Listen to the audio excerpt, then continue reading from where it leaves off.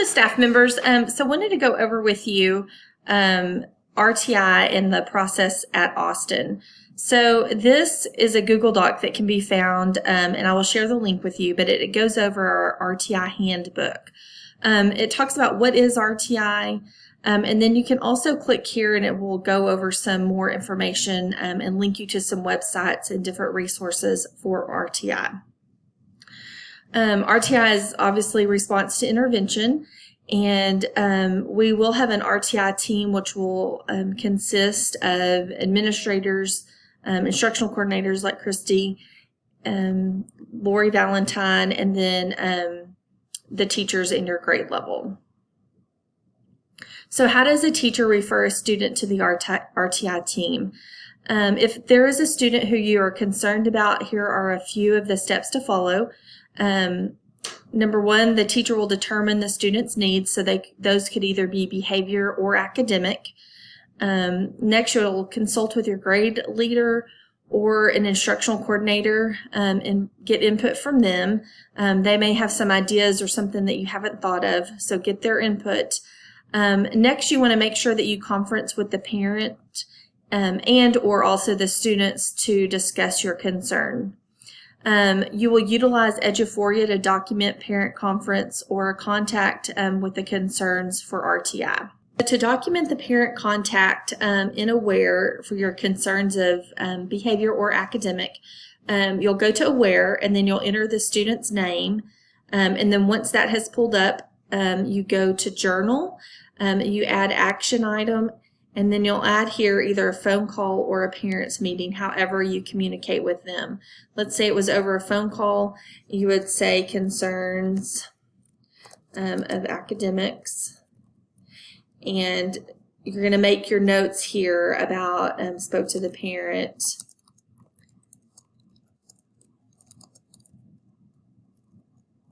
So if you had reading concerns or whatever your concerns were, you would make your notes here.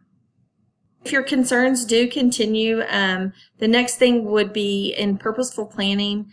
Go ahead and bring that student to Christy and Crystal when you're in purposeful planning, and we'll begin the process to put the student into the RTI process. So what you'll do from there is you'll utilize an initial RTI referral form to begin the process, and that form is completed in Eduphoria. The same thing, you'll go to AWARE and you'll enter the student's name, and you'll come to the Forms tab. Once you'll click on Forms and you'll say Add a Form, and this is actually under the school form. So we've created this RTI meeting 2019-2020, and so you'll click on that and click Add. This is the information that needs to be completed by you before the RTI meeting. So this is the form. You'll enter your name. You'll put the date that you contacted the parent and what your concerns are, what your current concerns are. Maybe your current concerns were reading and behavior. And then after you talk to the parent notes also that they've had behavior concerns as well. The next thing you fill out is what are the specific areas of concern. So maybe it's fluency, phonics, whatever concerns that you've had, you'll address those there. And then if you have any other concerns that are not listed. What strategies or interventions have you tried with the student? So you'll need to list out those interventions and strategies that you've already tried. And then what are their present levels of academic and functional performance? So what are their present levels of academics that they're able to do, and also their functional performance. And then the last thing that you'll do is you'll upload a file attachment. So you'll take some of your work samples that you're concerned about, and you'll upload those. And those can either be pictures or those can be scanned into a Word document on the printers and uploaded that way. Once the form is complete, you'll send an email to Lori and copy Christy and Crystal on that, and then Lori will add the student to the agenda for the next RTI meeting. So this gives the specific instructions of how to access that form that I just showed you, and this links that form right there, just an example of it.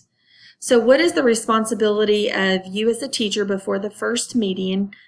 Obviously, we've talked about contacting the parent, gathering the data, and inputting those work samples into the RTI meeting form and completing that form. In the formal meeting, the RTI meeting must occur at least once per 6 weeks. If it's a more severe situation, then we may look at meeting on that student every 3 weeks. So what will take place during the RTI meeting, we'll develop a measurable goal for that student. The teacher will track and progress the goal and bring information back to the RTI meeting to follow up on the process, on the student's progress. The documentation will be housed in Eduphoria, and also a student folder with required documentation is located in the RTI room, which is the conference room where we'll be holding RTI meetings. So after you've referred the student, what is kind of your responsibility? So the first thing would be to implement those interventions with fidelity and monitor the student's progress as determined by the RTI team and keeping that data. And in just a moment, I will show you a form to keep that information on. So you'll be using the progress monitoring form to track the data. So here is the progress monitoring form that you'll be using. You'll put the student's name, the grade and subject, and when you started that intervention. You'll list the goal here, and that's the goal that's set in the RTI meeting.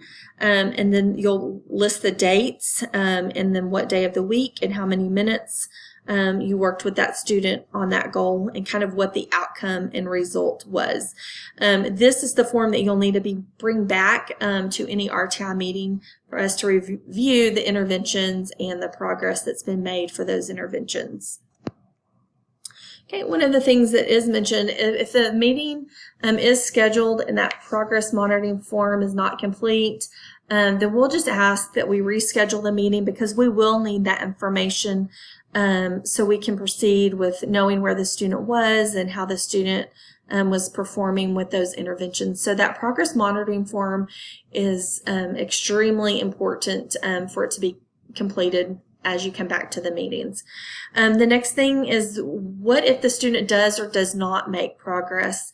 So if a student makes sufficient progress and accommodations or whatever you're doing in the classroom is no longer needed, then the RTI team may dismiss the student from the process. In order to do that, there should be at least 3 data points from the progress monitoring before a decision is made. Records of the RTI team activity are part of the student's permanent record and should follow the student as he or she progresses through the educational system. So all of the elementaries are working on this process right now, and it'll be really important that that information is documented like we've talked about in AWARE, because it will follow the student from campus to campus. If a student is not making progress and you've already had those 3 data points, then possibly a decision could be made to initiate testing if that's where we are on the student. At any time during the process, if the team has sufficient evidence that the student has a suspected disability, the team should determine whether a referral to 504 or special education is necessary. Really, for students with obvious and severe disabilities and for whom a delay of referral to SPED or other supplemental services would be detrimental to the student, please inform Crystal, and I will follow up on that and see if there's something that we need to do to push something through faster. Okay, so what is progress monitoring? It's really used to track the student's data towards their goals. It's used to identify for the RTI program is continuous, and students may move back and forth from tiers as needed. Progress is monitored frequently and repeatedly across time. Trends in performance are used to gauge the effectiveness of the intervention. So if the intervention is not showing that the student is making progress, perhaps we need another intervention, or perhaps it is time with the data points to make a referral or find something else that will work for the student.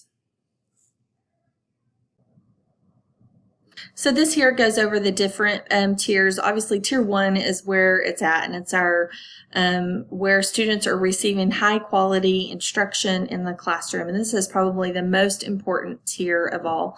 This is why we spend our time in planning. It's why we spend time coaching. It's why we spend time looking at in our classrooms, is just because this is probably one of the most important things that we can do for our students. Tier 2 is obviously when they're not making progress and we're able to provide some more intensive instruction for the student. And then tier 3, it moves to a smaller group or more individualized interventions for those students. The RTI team will meet at Austin the second Monday and the fourth Monday of the month.